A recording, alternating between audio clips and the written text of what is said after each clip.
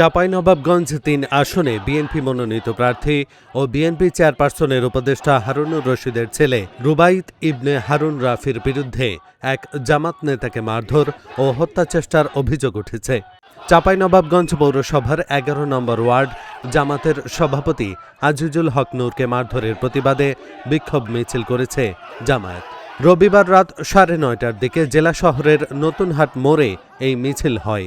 এ সময় ঘটনার তীব্র নিন্দা জানিয়ে ২৪ ঘণ্টার মধ্যে আইনগত ব্যবস্থা নেয়ার আলটিমেটাম দেন জামাত নেতারা।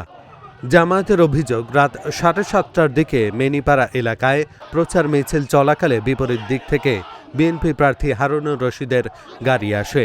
এ সময় তার ছেলে রুবাইত ইবনে হারুন রাফি গাড়ি থেকে নেমে জামাত নেতা আজিজুল হক নূরকে মারধর ও হত্যা চেষ্টা করেন। পরে নেতাকর্মীরা এগিয়ে এলে তারা চলে যান। অভিযোগ পেলে তদন্ত সাপেক্ষে প্রয়োজনীয় আইনগত ব্যবস্থা নেওয়া হবে বলে জানিয়েছে চাঁপাইনবাবগঞ্জ সদর মডেল থানা পুলিশ। প্রচার মিছিল অতিক্রম করার সময় চাঁপাইনবাবগঞ্জের ধানের শীষের প্রার্থী হারুনুর রশিদ সাহেবের গাড়ি বহর যাচ্ছিলেন। আমরা বিশ্বস্ত সূত্রে এবং তদন্ত করে জানি সেই গাড়ির নিরাপত্তার জন্য ১১ নম্বর ওয়ার্ডের সভাপতি আজিজুল হক নূর সর্বোচ্চ চেষ্টা করে সেই জায়গাতে দাঁড়িয়েছিল এবং আমাদের মিছিল থেকে কোনো ধরনের অপ্রীতিকর ঘটনা ঘটে নাই। কিন্তু আমরা জানতে পারলাম, প্রত্যক্ষদর্শীদের বরাতে জানতে পারলাম, ওই গাড়িতে ছিল হারুন সাহেব সহ হারুন সাহেবের প্রতিবন্ধী ছেলে, তার সাথে ছিল কয়েকজন ভাড়াটে সন্ত্রাসী ধরে এবং তার শ্বাসরুদ্ধ করার চেষ্টা করে। আমি জানতে চাই, শান্তিপূর্ণ মিছিলে হারুন এমপি সাহেব থাকতেও তার ছেলে এই জাতীয় প্রীতিকর ঘটনা ঘটালো, কিন্তু হারুন এমপি সাহেব খুবই শিক্ষিত এবং খুবই সমাজসেবী এবং নিজেকে অত্যন্ত অনেক কিছুই মনে করেছে। আজকে তার ছেলে এত বড় অন্যায় কাজ করলো, সে নেমে তো তার ছেলেকে দিলে থাপ্পড় দিতে পারত।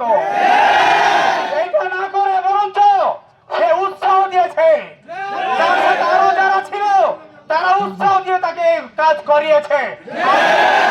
নিন্দা জ্ঞাপন করি। এই প্রচার মিছিল শেষে আমরা চলে আসছিলাম এবং আমাদের মিছিলের সামনে গাড়িটি পড়ে ধানের শীষ প্রার্থী এমপি হারুন রশিদের।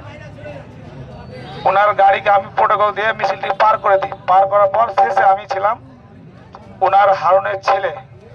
উনি গাড়ি থেকে বের চারজন চাঁদি থেকে ঘেরে ওনার ছেলে আমাকে গলা ধরে প্রায় ২৫ বা ২০ সেকেন্ড এরকম ওপরে ঝুলিয়ে রাখে। হ্যাঁ, ওই রাফি ছেলেটা। তারপরে ওই আমার সাথে যে আরেকজন প্রোটোকল দিয়েছিল বয়স্ক লোক, উনি যখন দৌড়িয়ে আসে তখন আমাকে ওখান থেকে উদ্ধার করে এবং ওই আশেপাশে যারা মহিলা ছিল ওরাও দৌড়িয়ে আসছে। তারপর তখন আমাদের লোকজন উত্তেজিত সৃষ্টি করলে আমি সকলকে শান্তভাবে হ্যান্ডেলিং করে ওখান থেকে পার করে দিই। তারপরে ওনারা আবার চিল্লাচিল্লি করে।